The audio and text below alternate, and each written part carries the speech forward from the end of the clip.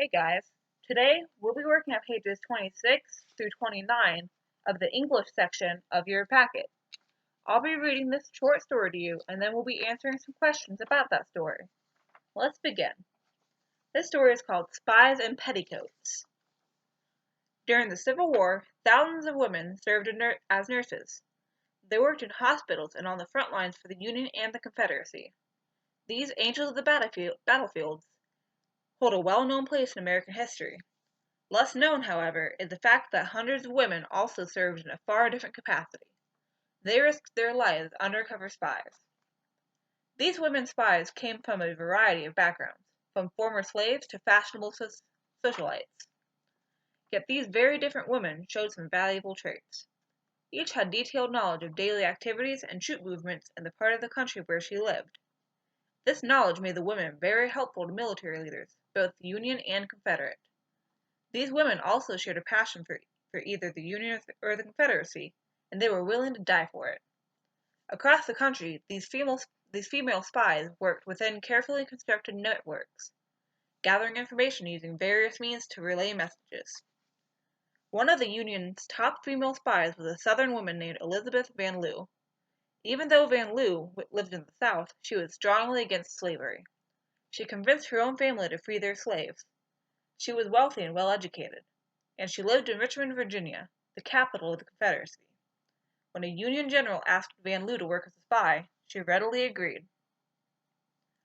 Elizabeth Van Lew enlisted the help of other Union supporters in Richmond to become her couriers. These couriers delivered secret information from her to General Grant, who led the Union troops. She also set up relay stations for the couriers at secret meeting points between Richmond and Grant's headquarters. Van Lew wrote her coded messages in invisible ink, and the messages were often hidden inside hollowed-out vegetables from Van Lew's garden. Because of Van Lew's efforts, General Grant learned how the Confederate Army was defending Richmond. When General Grant and his Union troops captured Richmond, Elizabeth Van Lew proudly flew the Union flag from the roof of our house. General Grant even visited her at her home. He wanted to thank Van Lew in person for her service to the Union. The former slave Harriet Tubman is celebrated for her work as a conductor of the Underground Railroad. She led hundreds of slaves to freedom in the North, and she was also one of the Union's most valuable spies. Because of her work with the Underground Railroad, Tubman knew firsthand of all the land and waterway transportation throughout the South. With this knowledge, she was able to map territory behind enemy lines for the Union. Also because of her work with the Underground Railroad, Tubman had the great respect of many people, especially slaves and former slaves. She enlisted the help of these loyal people as scouts when she set up a vast spy ring for the Union. Led and trained by Tubman, her scouts went on dangerous missions behind enemy lines. Harriet Tubman herself led successful raids along the South Carolina coast in Confederate territory. These raids disturbed supply lines vital to the Confederate Army, and they freed hundreds of slaves. While Elizabeth Van Lew, Harriet Tubman, and many other women worked as spies for the Union, other women were actively spying for the Confederacy. One woman in particular was the Confederacy's master spy. Her name was Rose O'Neal Greenhow. Greenhow was a wealthy widow. She was also a charming hostess. She often invited military and political leaders to her home for social evenings, and she lived in the ideal place for secretly obtaining information about the Union, Washington, D.C.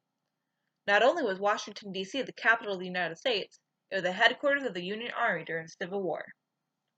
Rose Greenhow considered herself a Southerner through and through. She would do anything to help the Confederacy win the Civil War.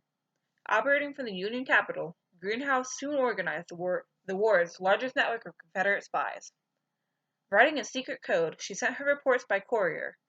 Each courier passed Greenhow's reports to the next courier in a relay system known as the secret line.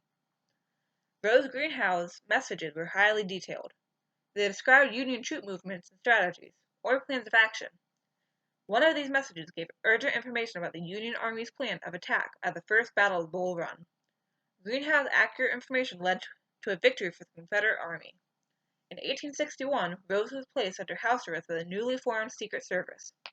Even then, the master spy managed to find out Union secrets and send them to the Confederate military leaders.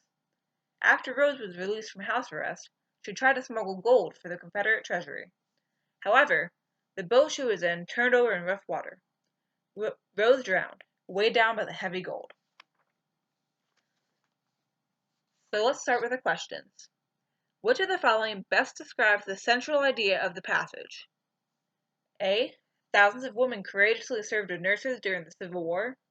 B. Harriet Tubman worked for the Underground Railroad to free hundreds of slaves. C.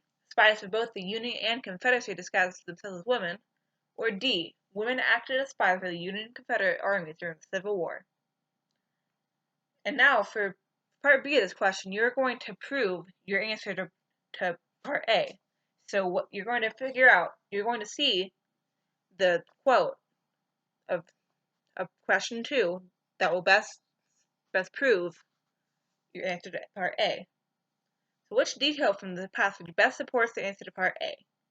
One of the Union's top female spies was a Southern woman named Elizabeth Van Lew. B. Also because of her work with the Underground Railroad, Tubman had the great respect of many people, especially slaves and former slaves. C. In 1861, Rose was placed under house arrest by the newly formed Secret Service. Or D. They worked in hospitals and on the front lines for the Union and the Confederacy. Now let's look at question 2. The author suggests that women spies played an important role during the Civil War. Which two sentences from the passage best support the above statement? So which two of these sentences prove that women spies played an important role during the Civil War? So you're going to circle two different answers of A through E. So of A, when General Grant and his Union troops captured Richmond, Elizabeth Van Lew proudly flew the Union flag from the roof of her house.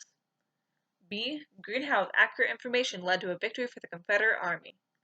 C, Harriet Tubman herself led successful raids along the South Carolina coast in Confederate territory. D, even though Van Lew lived in the South, she was strongly against slavery. Or E, these women spies came from a variety of backgrounds, from former slaves to fashionable socialites. Now let's go to number 3. We're going to read this sentence from paragraph 2 of the passage we read. Across the country, these female spies worked within carefully constructed networks, gathering information and using various means to relay messages. What does the word networks mean as it is used in this sentence? A. Systems of computers that share information. B. Chains of radio or TV stations linked by satellites. C. Structures in which cords, threads, or wires cross. Or D. Groups of people who share similar interests or goals. Now for number 4. In Spies in Petticoats, the author believes that female spies were clever and resourceful. Which sentence from the passage best supports the author's point of view? A. Rose drowned, weighed down by the heavy gold. B. Van Lew wrote her coded messages in invisible ink. C. She convinced her own family to free their slaves. Or D. She led hundreds of slaves to freedom in the North. Now let's look at number 5. So here we have 3 ideas from the passage. We have women spies came from many different backgrounds, women spies took great risk for their causes, and women spies pass along valuable knowledge. I want you to circle one of those 3 sentences. Then you're going to write 2 sentences from the passage that shows how this idea is developed in the text. So you're going to pick one of these, and then you're going to show how it proves itself and how it becomes true.